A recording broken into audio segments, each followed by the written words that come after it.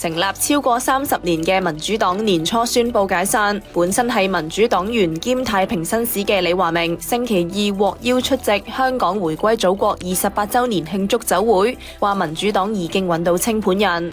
清盤人已經揾咗，咁進行緊所有法律嘅程序。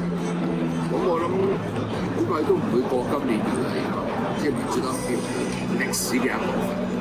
佢又話今次係最後一次以民主黨成員身份出席酒會，話民主黨已經完成歷史任務。我只可以講民主派變咗歷史啦，我諗已經係一個歷史嘅過程。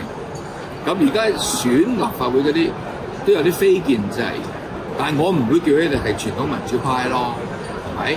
咁傳統民主派就應該都全部冇晒嘅，呢個歷史任務亦都結束。